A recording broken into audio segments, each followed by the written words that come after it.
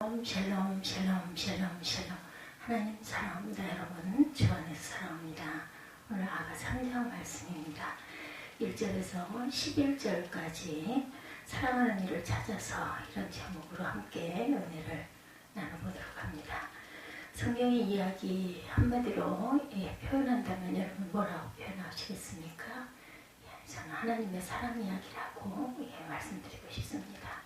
하나님께서 우리 인간을 얼마나 사랑하셨는지에 대한 사랑의 이야기, 이것들이 바로 성경이 아닐까 모아놓은 것이 그 러브스토리 중에 구체적인 사랑의 이야기를 담고 있는 책이 또한 그 중에서도 아가서. 이 아가서는 솔로몬이 있었죠. 솔로몬이 술람의 여인이라는 한 여인을 사랑하는 이야기가 기록되어 있습니다. 한 사람의 사랑의 감정을 통해서 하나님께서 우리를 얼마나 사랑하시는지 구체적인 모습으로 보여주시기 위해서 아가서가 기록되었다고 생각할 수가 있겠는데, 이 아가서에서 솔로몬의 모습은 그리스도의 교회를 상징하고 술람의 여인은 성도들을 상징하도록 합니다. 그러므로 오늘 성경을 통해서 솔로몬의 성경 이야기를 통해서 하나님이 우리를 얼마나 사랑하시는지에 대한 하나님의 사랑의 이야기로 은혜를 나누고들어 가죠. 사랑하는 이를 찾아서 1절에서 4절까지 모습을 보면 사랑하는 이를 찾아서 헤매는 모습이 기록되어 있습니다. 내가 밤에 침상에서 마음으로 사랑하는 자를 찾았노라. 찾아도 찾아내지 못하였노라. 이에 내가 일어나 성안을 돌아다니며 마음이 사랑하는 자를 거리에서나 큰 길에서나 찾으리라고 찾으나 만나지 못하였더라. 성안을 순찰하는 자들을 만나 묻기를 내 마음으로 사랑하는 자를 너희가 보았느냐고. 그들을 지나치자마자 마음에 사랑하는 자를 만나서 그를 붙잡고 내 어머니 집으로 나를 잉태한 이의 방으로 가기까지 놓지 아니하였노라. 이렇게 4절까지 자신의 심정이죠. 술람미 여인이 사랑하는 자를 열심히 찾는 이야기입니다. 술람미 여인이 자기 사랑하는 이를 찾아서 아무리 헤매도 모습이 보이질 않아요. 내가 밤에 침상에서 마음에 사랑하는 자를 찾았구나. 찾아도 발견하지 못하였구나. 이렇게 시작하죠. 사랑하는 이를 찾아 헤매는 안타까운 심정이 기록되어 있습니다. 얼마나 찾았었는가 하면 밤중에 온 성을 다 돌아다녔다는 거예요. 그리고 이 사람 저 사람에게 보았느냐고 물어보아서 그래도 찾을 수가 없어. 그 물어보면서 헤맬 때의 안타까움, 그 내용이 기록되어 있습니다. 이 배경은 솔로몬이 젊었을 때 술람미의 한 여인을 만났어요. 그 술람미 여인 또한 솔로몬을 만나자마자 서로 사랑에 빠지죠. 솔로몬이 이 여인에게서 발견한 아름다움은 아가서 내용 전체에 보면서 깊이 느낄 수가 있습니다. 한마디로 그 여인은 모든 것을 다 사랑하게 되었어요.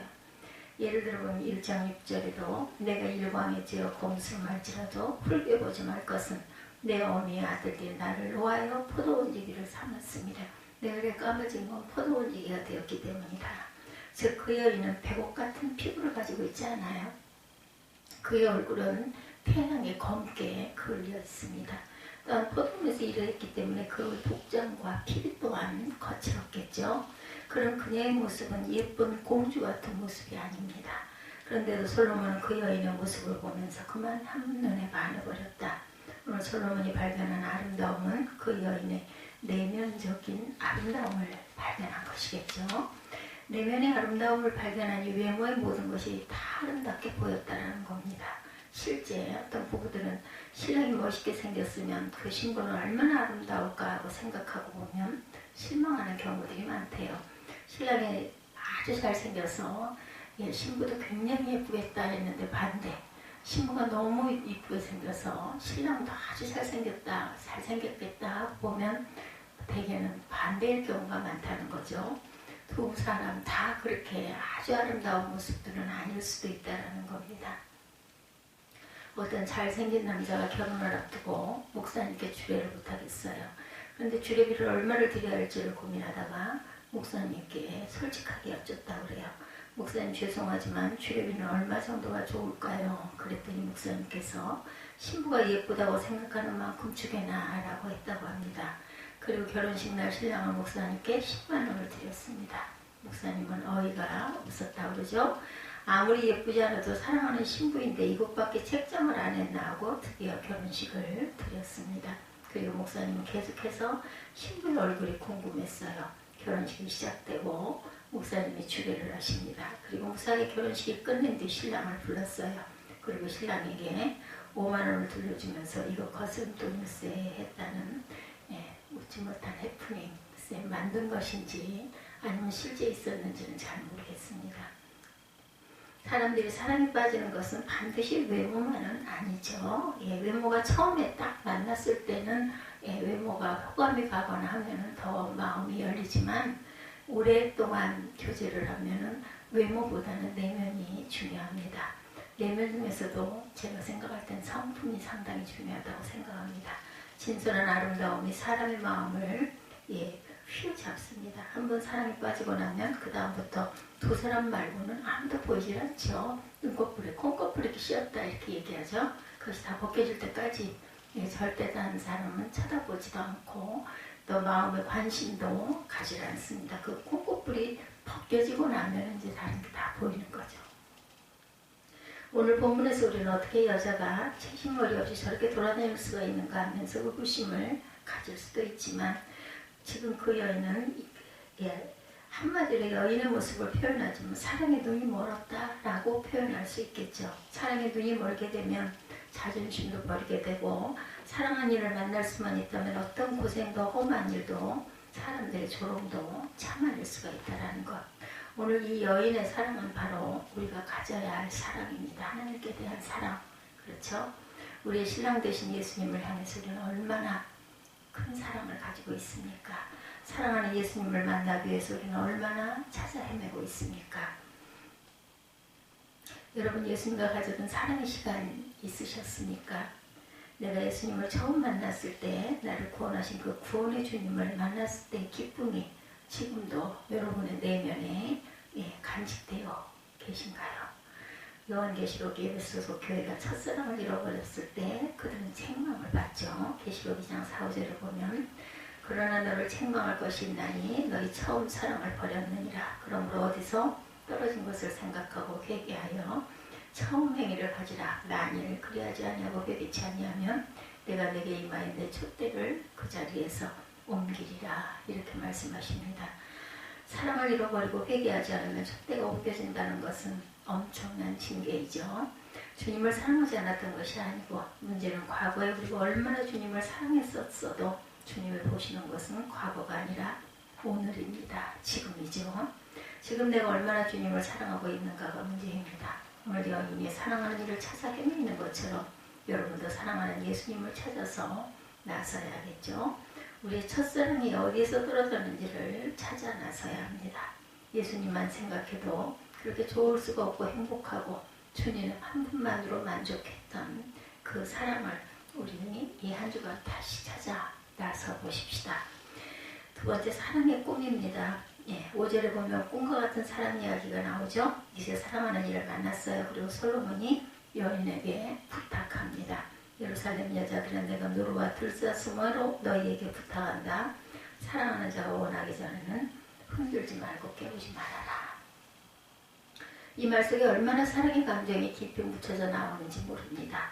사랑하는 이와 마음껏 사랑을 나누고 그리고 잠든 여인의 모습을 바라보면서 그 맛있고 달콤한 잠자리를 방해하지 못하도록 지켜주고 있는 솔로몬의 모습을 보면서 우리는 무엇을 느낄 수가 있는지, 바로 우리가 예수님과 마음껏 사랑을 나누고 있을 때 주님과의 그 사랑을 어느 누구도 방해하지 말라는 거죠. 예수님께 옥합을 가지고 온 여인, 이 옥합을 깨워서 향유를 발라드리는 그 모습은 여인이 예수님을 향한 사랑의 행위였습니다. 자신이 드릴 수 있는 것 중에 가장 귀한 것을 드리는 숭고한 사랑의 모습입니다. 그런데 그 모습을 보고 있던 제자들이 방해를 하죠. 어떻게 방해를 해요? 마태복음 26장 8, 9절에 보면 제자들이 보고 분하여 가로되 무슨 의사로 이것을 허비하느냐, 이것을 많은 값에 팔아 가난한 자들에게 줄 수 있었겠도다 하거늘. 이렇게 나타나 있죠. 그들은 그 여인의 행위가 마음에 들지 않아요. 더구나 이 여인의 풍경에 대해서 잘 알고 있었던 제자들은 더욱 방해합니다. 그때 예수께서 말씀하죠. 마태복음 26장 10절에서 11절에 보면 너희가 어찌하여 이 여자를 괴롭게 하느냐. 저가 내게 좋은 일을 하였느니라. 가난한 자들은 항상 너희와 함께 있거니와 나는 항상 함께 있지 아니하리라. 라고 더 이상 방해하지 못하게 하십니다. 그런데 그 여인의 모습은 더욱 감동을 줍니다. 주변에 그런 따가운 시선이 있었음에도 불구하고 귀에 들리는 온갖 비난의 소리를 들으면서도 예수님을 향한 그 모습이 변치 않습니다. 그것이 사랑이죠. 사람들은 가치를 따집니다. 그 돈이 얼마인데 그것을 팔면 뭘 할 수 있는데 하면서 그 돈에 대해서 생각을 하죠.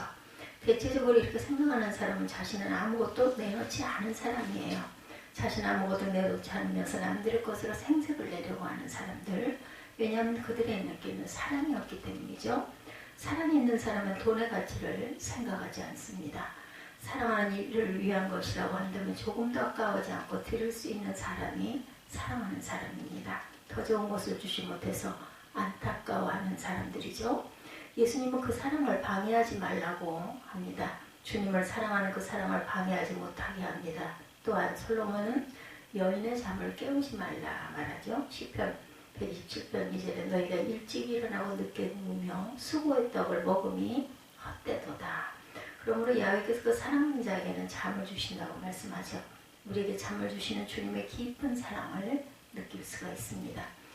편안한 잠은 사랑하는 이의 품에 있을 때 더욱 달콤하지 않습니까? 여러분들 길을 잃어버린 아이가 두려움과 고통 속에서 긴장 속에서 울고 헤매다가 부모의 품에 안길 때 아이는 그 품 안에서 모든 긴장을 풀어버리고 잠들어버리는 모습 우리가 가끔 보죠. 우리에게도 또한 편안함을 느끼게 합니다. 세상에서 가장 안전하고 편안한 곳은 바로 사랑하는 이의 품입니다. 주님은 바로 이렇게 우리를 품으시고 계신다라는 것. 마태복음 23장 37절에 예루살렘아 예루살렘아 선지자들을 죽이고 내게 파송된 자들을 돌로 치는 자여 암탉이 그 새끼를 날게 하려 모음같이 내가 내 자녀를 모으려 한 일이 몇 번이냐. 그러나 너희가 원치 아니하였도다라고 우리를 품으시고 예수님은 애를 쓰십니다. 그분의 품 안에 있을 때가 안전하기 때문이죠. 그 품 안에 있을 때 우리는 평안할 수 있기 때문입니다.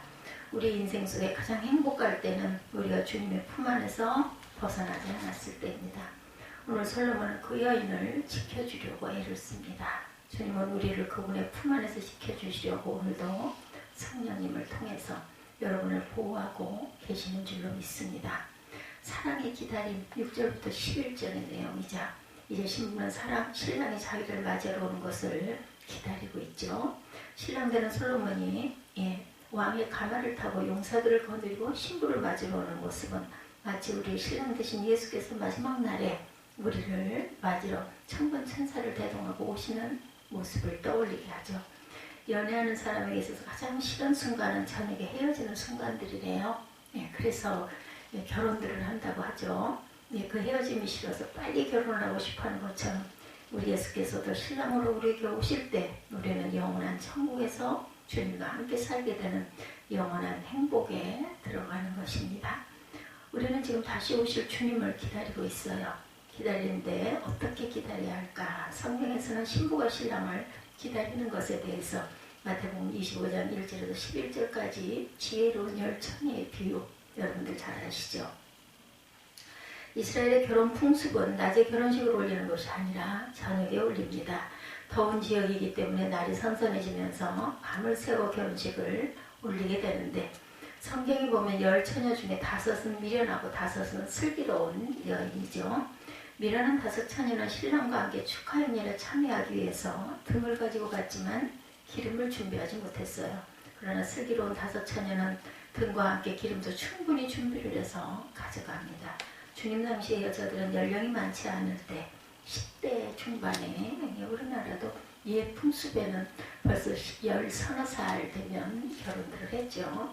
왜냐하면 이때 당시에 평균 연령이 40대 중반이었기 때문이라고 그러네요. 지금 평균 연령이 100세 시대다 이런 얘기가 있는데 거기에 비하면 결혼이 오히려 늦었을 수도 있어요. 그죠?